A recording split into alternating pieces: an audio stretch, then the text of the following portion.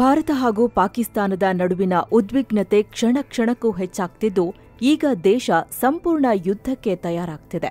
ಇದಕ್ಕೆ ಸಂಬಂಧಪಟ್ಟಂತೆ ಭಾರತದಲ್ಲಿ ಬಹುದೊಡ್ಡ ಬೆಳವಣಿಗೆಗಳು ನಡೆಯುತ್ತಿವೆ.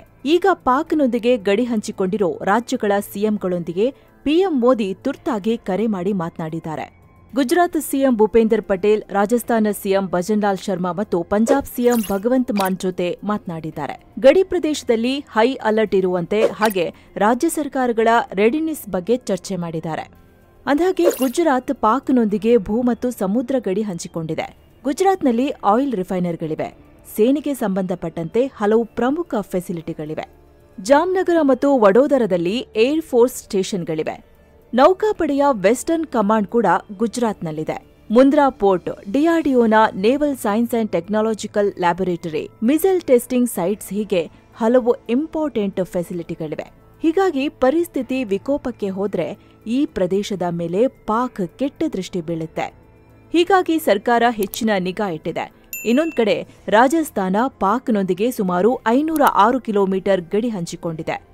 ರಾಜಸ್ಥಾನದಲ್ಲಿ Jaisalmer military station, Barmer military station, Bikaner military station, Jodhpur air force station, Kishangarh ವಾಯುನೆಲೆ ಸೇರಿ ಸಾಕಷ್ಟು ಸೇನೆಗೆ ಸಂಬಂಧಿಸಿದ ಫೆಸಿಲಿಟಿಗಳಿವೆ. ಇನ್ನು ಪಂಜಾಬ್ ಪಾಕ್ ಜೊತೆಗೆ ಸುಮಾರು 425 ಕಿಲೋಮೀಟರ್ ಗಡಿ ಹಂಚಿಕೊಂಡಿದೆ. ಇಲ್ಲಿ Pathankot air force station, Amritsar military station, BSF station ಸೇರಿದಂತೆ ಸಾಕಷ್ಟು ಸೇನೆಗೆ ಸಂಬಂಧಿತ ಫೆಸಿಲಿಟಿಗಳು ಪಂಜಾಬ್ನಲ್ಲಿವೆ. ಹೀಗಾಗಿ ಬಹಳ ಸೂಕ್ಷ್ಮವಾಗಿ ಇಲ್ಲಿನ ಪರಿಸ್ಥಿತಿಗಳನ್ನು ಹ್ಯಾಂಡಲ್ ಮಾಡಬೇಕು. ಹೀಗಾಗಿ ಪಿಎಂ ಮೋದಿಯವರೇ ಖುದ್ದು ಆ ಗಡಿ ರಾಜ್ಯಗಳೊಂದಿಗಿನ ಸಿಎಂಗಳ ಜೊತೆಗೆ ಮಾತನಾಡಿದ್ದಾರೆ. ಇತ್ತ ಗೃಹ ಸಚಿವ ಅಮಿತ್ ಶಾ ಅವರು intelligence bureau chief Tapan Deka ಹಾಗೂ ರಾಷ್ಟ್ರೀಯ ಭದ್ರತಾ ಸಲಹೆಗಾರ ಅಜಿತ್ ದೋವಲ್ ಅವರ ಜೊತೆಗೆ ಮಹತ್ವದ ಸಭೆ ನಡೆಸಿದ್ದಾರೆ. ದೇಶದ ಒಳಗಿನ ಭದ್ರತಾ ವ್ಯವಸ್ಥೆಯ ಕುರಿತು ಇದರಲ್ಲಿ ಚರ್ಚೆ ಮಾಡಲಾಗಿದೆ. ಈ ಮಧ್ಯೆ ಕೇಂದ್ರ ಆರೋಗ್ಯ ಸಚಿವ ಜೆಪಿ ನಡ್ಡಾ ಕೂಡ ತುರ್ತು ಸಭೆ ನಡೆಸಿದ್ದಾರೆ. ದೇಶದಾದ್ಯಂತ ಇರೋ ಆರೋಗ್ಯ ಕೇಂದ್ರಗಳು ಮತ್ತು ಆರೋಗ್ಯ ಸೌಲಭ್ಯಗಳ ಕುರಿತು ರಿವ್ಯೂ ಮೀಟಿಂಗ್ ಮಾಡಿದ್ದಾರೆ. ಈ ಸಭೆಯಲ್ಲಿ ಆರೋಗ್ಯ ಇಲಾಖೆಯ ಹಿರಿಯ ಅಧಿಕಾರಿಗಳು ಭಾಗವಹಿಸಿದ್ರು. ದೇಶದಲ್ಲಿನ ಎಲ್ಲ ಆಸ್ಪತ್ರೆಗಳು ಮತ್ತು ಆರೋಗ್ಯ ಸೌಲಭ್ಯಗಳ ಕಾರ್ಯಾಚರಣೆ ಸ್ಥಿತಿಗತಿಗಳ ಕುರಿತು ನಡ್ಡಾ ಮಾಹಿತಿಯನ್ನ ಪಡ್ಕೊಂಡಿದ್ದಾರೆ. ಇದು ಎಲ್ಲರ ಗಮನ ಸೆಳೆದಿದೆ. ಯಾಕಂದ್ರೆ ಒಂದ್ವೇಳೆ ಪರಿಸ್ಥಿತಿ ವಿಕೋಪಕ್ಕೆ ತಿರುಗಿದ್ರೆ ದೇಶದಾದ್ಯಂತ ಆರೋಗ್ಯ ಕ್ಷೇತ್ರ ಸನ್ನದ್ಧವಾಗಿರಬೇಕಾಗತ್ತೆ.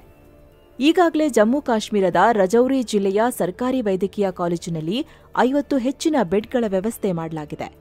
ಮುನ್ನೆಚ್ಚರಿಕಾ ಕ್ರಮವಾಗಿ ಈಗ ಆರೋಗ್ಯ ಇಲಾಖೆ ಸನ್ನದ್ಧತೆ ಕುರಿತು ಸಚಿವರು ಮತ್ತು ಹಿರಿಯ ಅಧಿಕಾರಿಗಳ ಜೊತೆ ಮೀಟಿಂಗ್ ಮಾಡಿ ಪರಿಶೀಲಿಸಿದ್ದಾರೆ.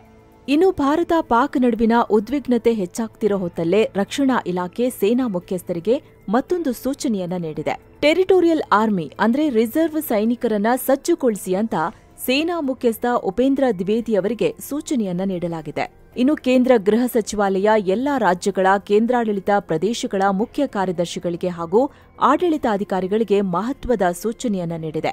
1968ರ ಸಿವಿಲ್ ಡಿಫೆನ್ಸ್ ರೂಲ್ಸ್ ಅಂದ್ರೆ ನಾಗರಿಕ ರಕ್ಷಣಾ ನಿಯಮಗಳ ಅಡಿಯಲ್ಲಿ ನಿಮಗೆ ಒದಗಿಸಲಾದ ತುರ್ತು ಅಧಿಕಾರವನ್ನ ನಿರ್ವಹಿಸಿ ಅಂದ್ರೆ ಎಮರ್ಜೆನ್ಸಿ ಪವರ್ ಬಳಸಿ ಅಂತ ಸೂಚನೆ ನೀಡಿದೆ.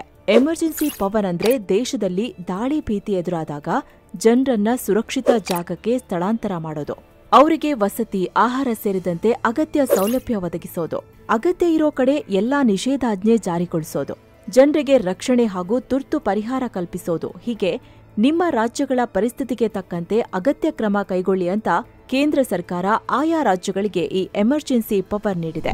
ಏನು ಸ್ನೇಹಿತರೆ, ವರದಿಯಲ್ಲಿ ಮುಂದುವರಿಯೋಕ್ಕಿಂತ ಮುಂಚೆ ಸೆವೆನ್ ಸೈನ್ಸ್ ಟೂರಿಸಂ ಕಂಪನಿ ಮತ್ತೊಂದು ಟ್ರಿಪ್ ಆಯೋಜಿಸಿದೆ. Vaishno Devi, Amritsar, golden temple, Shimla, Manali, Haridwar, Rishikesh, Delhi 8 night 9 days trip. ಇದು ಆಫರ್ ಪ್ರೈಸ್ ಕೇವಲ 62,700 ರೂಪಾಯಿ. ಪ್ಯಾಕೇಜ್ ನಲ್ಲಿ flight tickets, 3 star hotel stay, all meals, ದರ್ಶನ, ಎಸಿ ಟ್ರಾನ್ಸ್ಪೋರ್ಟ್ ವ್ಯವಸ್ಥೆ, 24/7 ಕನ್ನಡ ಟೂರ್ ಮ್ಯಾನೇಜರ್ ಸೌಲಭ್ಯ, ಹಿರಿಯ ನಾಗರಿಕರಿಗೆ ವಿಶೇಷ ಕೇರ್ ಎಲ್ಲ ಇರುತ್ತೆ. ಹೊರಡೋ ದಿನ 19/5/2025. ಕೆಲವೇ ಸೀಟುಗಳು ಲಭ್ಯ. ಆಸಕ್ತರು ಈ ಕೂಡಲೇ ಈ ನಂಬರ್ಗೆ ಕಾಲ್ ಮಾಡಿ ನಿಮ್ಮ ಸೀಟನ್ನ ಬುಕ್ ಮಾಡಿ. ಬನ್ನಿ ಈಗ ವರದಿಯಲ್ಲಿ ಮುಂದುವರಿಯೋಣ. ಇನ್ನು ಪಂಜಾಬ್ ಸಿಎಂ ಭಗವಂತ್ ಮಾನ್ ತುರ್ತು ಸಚಿವ ಸಂಪುಟ ಸಭೆ ನಡೆಸಿದ್ದಾರೆ. ಈ ವೇಳೆ ಎಲ್ಲಾ ಸಚಿವರಿಗೂ ಗಡಿ ಜಿಲ್ಲೆಗಳಿಗೆ ತೆರಳಿ ಅಲ್ಲಿನ ಜನರೊಂದಿಗೆ ಇರಿ ಅಂತ ಸೂಚಿಸಿದ್ದಾರೆ. ಜೊತೆಗೆ ಗಡಿ ಭದ್ರತೆ ಹೆಚ್ಚಳಕ್ಕೆ ಆಂಟಿ ಡ್ರೋನ್ ಸಿಸ್ಟಮ್ ಅನ್ನ ಆಕ್ಟಿವ್ ಮಾಡೋ ಬಗ್ಗೆ ಡಿಸ್ಕಸ್ ಮಾಡಿದ್ದಾರೆ.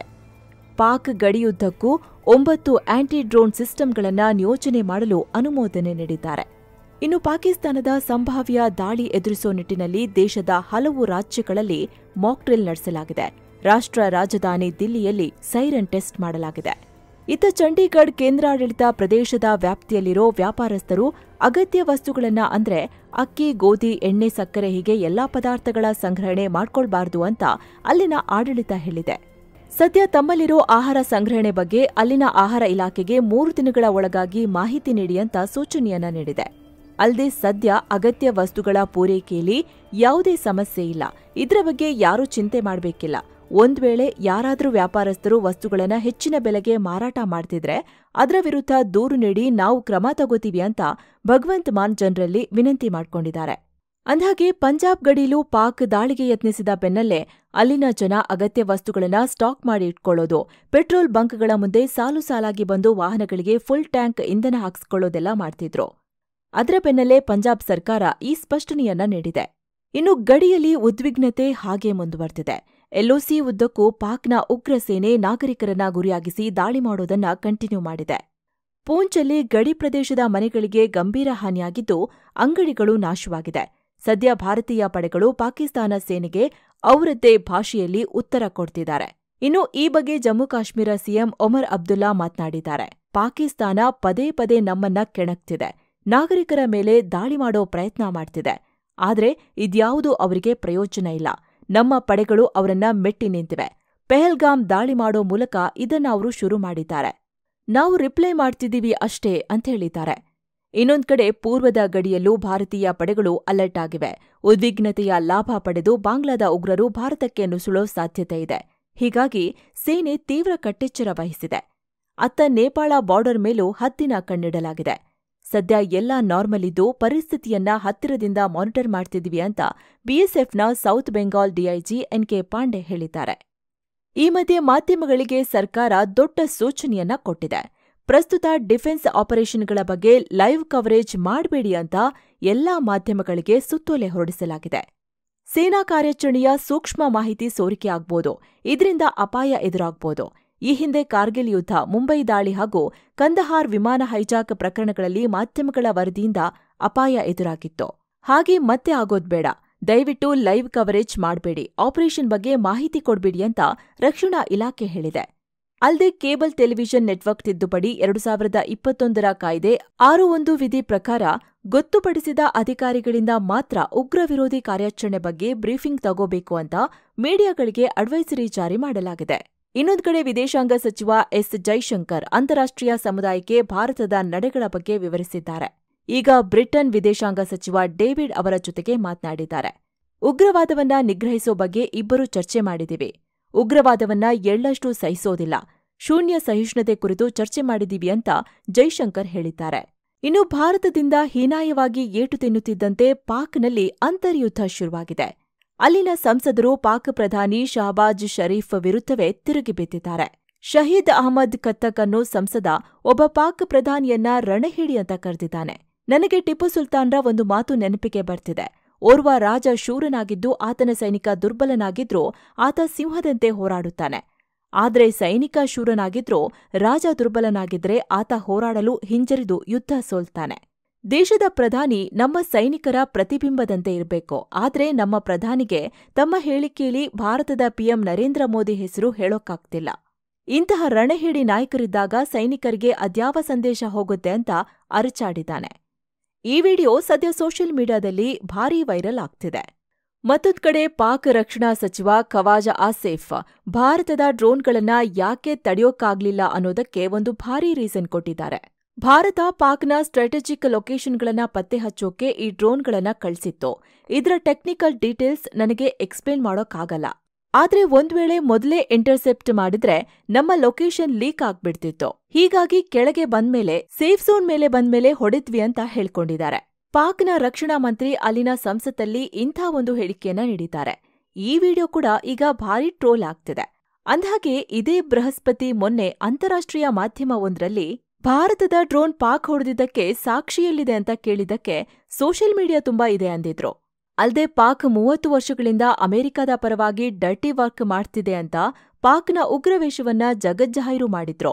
ಈಗ ವಿನೂತನ ಕಾರಣ ಕೊಟ್ಟಿದ್ದಾರೆ. ಇನ್ನು ಪಾಕ್ ಪ್ರಧಾನಿ ಶಾಬಾಜ್ ಷರೀಫೆ ಕಾಮಿಡಿ ಕ್ಯಾರೆಕ್ಟರ್ ಅಂದ್ಕೊಂಡ್ರೆ ಅವರ ಸಂಪುಟದಲ್ಲಿ ಅವರಿಗಿಂತ ದೊಡ್ಡ ಜೋಕರ್ಗಳಿದ್ದಾರೆ. ಇದೀಗ ಡ್ರೋನ್ ದಾಳಿ ನಂತರ ಸುದ್ದಿಗೋಷ್ಠಿ ನಡೆಸಿರೋ ಪಾಕ್ ವಿದೇಶಾಂಗ ಸಚಿವ ಇಶಾಕ್ ದಾರ್, ಭಾರತದ ಮೇಲೆ ನಾವು ಕ್ಷಿಪಣಿ ದಾಳಿ ನಡೆಸಿಲ್ಲ, ಭಾರತನೇ ಬೇಕು ಅಂತ ತನ್ಮೇಲೆ ದಾಳಿ ಮಾಡ್ಕೊಂಡಿದೆ. ನಂತರ ಇದನ್ನೇ ನೆಪವಾಗಿಟ್ಕೊಂಡು ನಮ್ಮ ಮೇಲೆ ದಾಳಿ ಮಾಡಬೇಕು ಅನ್ನೋದು ಅವರ ಉದ್ದೇಶ. ಪಾಕ್ ಮೇಲೆ ಸುಳ್ಳು ಆರೋಪ ಮಾಡೋದಕ್ಕೆ ಈ ಥರ ಮಾಡಿದೆ. ಇದಕ್ಕಾಗಿ ಅಮೃತ್ಸರ್ ಮೇಲೆ 3 ಕ್ಷಿಪಣಿ ಹಾರಿಸಿತ್ತು. 4ನೇ ಕ್ಷಿಪಣಿ ನಮ್ಮ ವಾಯುಪ್ರದೇಶದಲ್ಲಿ ಬಂದಿತ್ತು. ಅದನ್ನ ನಮ್ಮ ಏರ್ ಡಿಫೆನ್ಸ್ ಹೊಡೆದು ಹಾಕಿದೆ ಅಂತ ಹೇಳ್ಕೊಂಡಿದೆ. ಮತ್ತೊಂದ್ ಕಡೆ ಪಾಕ್ ಮಾಧ್ಯಮಗಳು ಭಾರತದ 77 ಡ್ರೋನ್ಗಳನ್ನ ಹೊಡೆದಾಕಿದೀವಿ ಅಂತ ಹೇಳ್ಕೋತಿವೆ. ಇನ್ನು ಭಾರತದ ಮೇಲೆ ಪಾಕ್ ಸೇನೆ ಗುರುವಾರ ರಾತ್ರಿ ದಾಳಿ ನಡೆಸೋ ಪ್ರಯತ್ನ ಮಾಡಿತ್ತು. ಈ ದಾಳಿಗೆ ಚೀನಾ ನಿರ್ಮಿತ PL-15 ಮಿಸೈಲ್ ಬಳಸಲಾಗಿತ್ತು. ಆದ್ರೆ ಇದನ್ನ ನಮ್ಮ ವಾಯುಪಡೆ ಹೊಡೆದು ಕೆಡವಿದೆ. ಪಂಜಾಬ್ನ ಹೊಶೇರ್ಪುರ್ನಲ್ಲಿ ಇದು ಸಿಕ್ಕಿದೆ. ಇದನ್ನ ಅಧಿಕಾರಿಗಳು ರಿಕವರ್ ಮಾಡ್ಕೊಂಡಿದ್ದಾರೆ. ಅಲ್ಲದೆ ಬಟಿಂಡಾದಲ್ಲಿ ಕೂಡ ಇಂಥ ಮಿಸೈಲ್ನ ಅವಶೇಷಗಳು ಸಿಕ್ಕಿವೆ. ಅಂದಹಾಗೆ ಈ P-15 ಚೀನಾದ ಏವಿಯೇಷನ್ ಇಂಡಸ್ಟ್ರಿ ಕಾರ್ಪೊರೇಷನ್ ನಿರ್ಮಿಸಿರೋ ಆಯುಧ. ಇದು ಬಿಯಾಂಡ್ ವಿಜುವಲ್ ರೇಂಜ್ ಮಿಸೈಲ್ ಅಂತ ಹೇಳಲಾಗುತ್ತೆ. ಹೈಪರ್ಸಾನಿಕ್ ಸ್ಪೀಡ್ ಇದ್ದು 200ರಿಂದ 300 ಕಿಲೋಮೀಟರ್ ರೇಂಜ್ನಲ್ಲಿ ದಾಳಿ ಮಾಡೋ ಸಾಮರ್ಥ್ಯ ಇದೆಯಂತೆ. ಅಂತಾರಾಷ್ಟ್ರೀಯ ರಕ್ಷಣಾ ತಜ್ಞರು ಇದು ಭಾರತಕ್ಕೆ ತಲೆನೋವು ತರಬಹುದು ಅಂತ ಅಂದಾಜು ಮಾಡಿದ್ರು. ಆದ್ರೆ ನಮ್ಮ ಏರ್ ಡಿಫೆನ್ಸ್ ಸಿಸ್ಟಮ್ ಇದನ್ನ ತರೆಗೆಲೆ ರೀತಿ ಉದುರಿಸಿದೆ. ಈ ಸೋ ಕಾಲ್ಡ್ ಬಲಿಷ್ಠ ಮಿಸೈಲ್ಗಳು ಭಾರತದ ಒಳಗೆ ಅನಾಥವಾಗಿ ಬಿದ್ದಿವೆ. ಈ ಮಿಸೈಲ್ ಅನ್ನ J-20, J-60, J-10C ಸೇರಿದಂತೆ ಹಲವು ಚೀನಾದ ಫೈಟರ್ ಜೆಟ್ಗಳಲ್ಲಿ ಬಳಸಲಾಗ್ತಿದೆ.